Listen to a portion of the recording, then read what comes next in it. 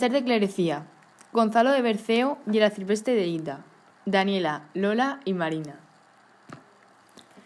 El Mester de Clerecía. A partir del siglo XIII se desarrolló una nueva poesía culta llamada Mester de Clerecía. Los autores y las obras más importantes son Gonzalo de Berceo y las obras anónimas Libro de Alexandre y Libro de Apolonio. En el Libro de Alexandre es una de las primeras grandes obras del Mester de Clerecía. Fue escrito a principios del siglo XIII. Cuenta la historia de Alejandro Magno del 356 al 323 a.C., rey de Macedonia. Se utilizaron por primera vez en esta obra los versos de 14 sílabas, por eso se les llama alejandrinos. El libro de Apolonio cuenta la vida de Apolonio, rey de Tiro. Está inspirado en una narración novelesca del siglo III y fue escrito a mediados del siglo XIII. Gonzalo de Berceo fue el primer poeta español de nombre conocido. Nació en Berceo, pueblo de La Rioja, a finales del siglo XII. Su infancia transcurrió en San Millán de Suso y su vida se prolongó hasta la segunda mitad del siglo XIII. Fue un clérigo vinculado al monasterio de San Millán de la Cogolla. Sus obras son de carácter religioso, didáctico y moralizador. Para la creación de sus poemas se basó a menudo en fuentes latinas. Las características del Mester de Clerecía. Los rasgos que presenta el Mester de Clerecía se oponen a los que muestra las obras del Mester de Juglaría. En los autores hay una conciencia y voluntad de estética culta, llamada Mester hermoso. Tienen inspiración e influencia religiosa, tanto en los temas como en la ideología. Presentan una intención didáctica. Los escritores cultos fundamentalmente eran clérigos y personas instruidas en la cultura clásica latina y religiosa. Usan habitualmente la cuadernavía, que es una estrofa de 4 versos alejandrinos que riman todos en consonante. Los versos del Mester de Clerecía están hechos para ser recitados. Durante el siglo XIV, el Mester de Clerecía introdujo innovaciones. Junto a la cuadernavía y al verso alejandrino también utilizó el octosílabo. Junto a los motivos religiosos, en los poemas cabían con frecuencia la sátira, la parodia y los apólogos. Los versos adquirieron un propósito moralizador y filosófico. El arcipreste de Ita es el autor más importante de esta época. Y, como podéis ver, este de aquí es el arcipreste de Ita. Las obras de Gonzalo de Berceo. Es un autor de varios libros que reflejan vidas de santos como Santo Domingo de Silos o San Millán. Su obra más importante es Milagros de Nuestra Señora, que consta de 25 relatos breves inspirados en leyendas de la tradición mariana europea. Estilo. Berceo es el primer autor que tiene conciencia de su creación. En sus poemas utiliza de forma artística una lengua que no es el latín y se dirige al pueblo llano. Por eso utiliza un lenguaje sencillo, claro, lleno de voces populares y giros dialectales. Incluso usa el humor, a veces se dirige a su público como si fuera un juglar.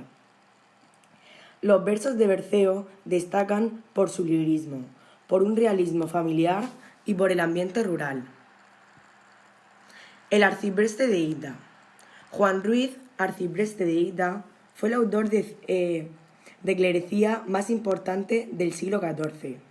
Escribió una de las obras capitales de la literatura española de la Edad Media, el Libro de Bon Amor. Se conocen pocos datos de su vida, la mayoría sacados de su libro. Fue un poeta de carácter alegre y jovial. El Libro de Bon Amor contiene gran variedad de temas, de géneros, de estrofas y de versos. Pueden distinguir 7 apartados. Un prólogo en prosa en el que se explica la intención moralizada que tiene la obra. Un relato alegre y desenfadado, escrito en forma de autobiográfica, en el que se cuentan diversas aventuras amorosas del protagonista. En sus conquistas amorosas recibe la ayuda de la vieja Trotaconventos, que es el antecedente literario de la Celestina. Diversas narraciones o ejemplos, la batalla de Don Carnal y Doña Cuaresma, Los amores de don Melón y doña Andrina y el ejemplo del lobo, la cabra y la grulla. Una serie de sátiras, por ejemplo, sobre el poder del dinero en el mundo. Reflexiones morales sobre distintos temas, como por ejemplo la confesión o las armas que tiene el cristiano para combatir el pecado.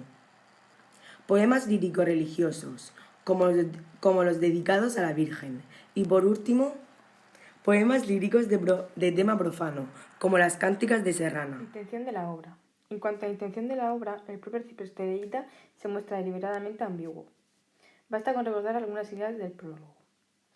Expone que el autor va a escribir sobre diversas maneras engañosas del loco amor del mundo que usan algunos para pecar. Pretende que, conociéndolas, se aborrezcan y no se pierda el alma.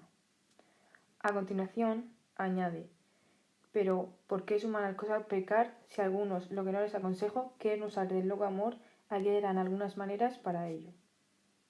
Es decir, por un lado, dice que la obra se escribe para advertir a todos de que deben huir de la pasión del amor carnal, pero luego dice que como los humanos al final están predestinados a pecar, en el libro encontrarán cómo hacerlo. Por tanto, todo es muy contradictorio.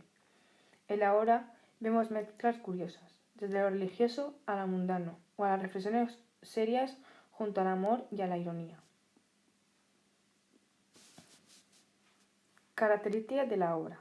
En este libro, junto a las características propias del méter de clerecía, también hay aspectos de carácter juglaresco y popular. Por ejemplo, las irregularidades métricas, los personajes de pueblo como las rudas serranas, el desenfado y lo cómico. Incluso el arcipreste entrega sus versos al pueblo para que haga lo que quiera con ellos, para escribirle el final de su obra. Cualquier hombre que lo oiga, si bien trovar supiere, puede más añadir y enmendar si quisiere. También hay otros rasgos de su vida, como el habla viva y popular, la variedad de recursos expresivos o el realismo de muchos momentos. Una vez finalizado este trabajo, logramos estudiar en profundidad la literatura castellana y comprender el pensamiento del momento. No solo hemos aprendido más sobre el trasfondo histórico en el que sucedió, sino que nuestras opiniones sobre la literatura han cambiado más o menos. Mester de Clerecía nos muestra que la literatura no es solo un conjunto de palabras. Le dan a las frases un cierto significado y a través de él las personas expresan sus sentimientos y comprensión de la vida en ese momento.